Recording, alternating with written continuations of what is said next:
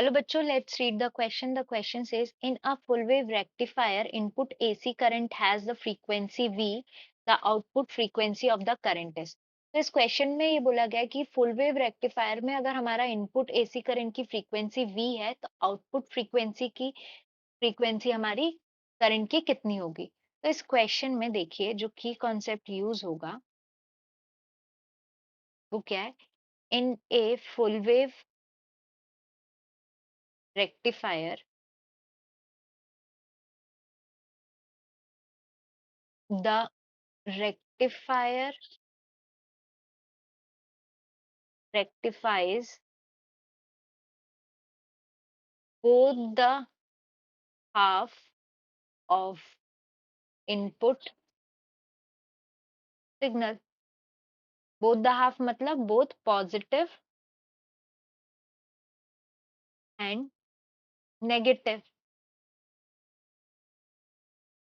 इसका मतलब ये होता है, देखिए अगर हमारे पास ये इनपुट सिग्नल है, ठीक है, ये हमारा एक इनपुट सिग्नल है VI। जब ये फुल वेव रेक्टिफायर से हम पास करते हैं तो रेक्टिफायर क्या करता है, पॉजिटिव और नेगेटिव दोनों को रेक्टिफाई करके पॉजिटिव में ले आता है। ये हमारा आउटपुट सिग्नल हो गया फुल वेव रेक्टिफायर का, ये हो गया V आउटपुट।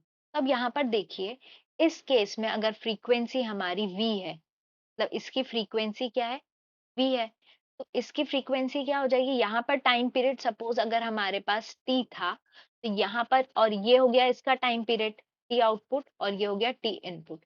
तो हम देख सकते हैं कि हमारे एक टाइम पीरियड में, टोटल टाइम पीरियड में यानी देखा जाए तो यहाँ पर एक पूरी साइकिल जितने टाइम पीरियड में निकल रही है उसकी डबल हमारे को यहाँ पर मिल रही है। यानी सपोज अगर ये हमारा पाए है, ये भी हो गया हमारा पाए, तो पाए में हमारे पास 1 साइकिल है पाए टाइम पीरियड में, यहाँ आउटपुट में हमारे पाए में कितनी है, 2 साइकिल है। यानी जो फ्रीक्वेंसी हो गई वो क्या हो जाएगी, हमारी डबल हो जाएगी। so from this we can write, in full wave rectifier the frequency of output is double of input frequency। तो अगर हम आंसर में हमारे पास इनपुट फ्रीक्वेंसी कितनी दी हुई थी, if F input is equals to V, तो हमारा आउटपुट फ्रीक्वेंसी क्या हो गया, output frequency 2 times of input frequency, ये क्या हो जाएगा 2V।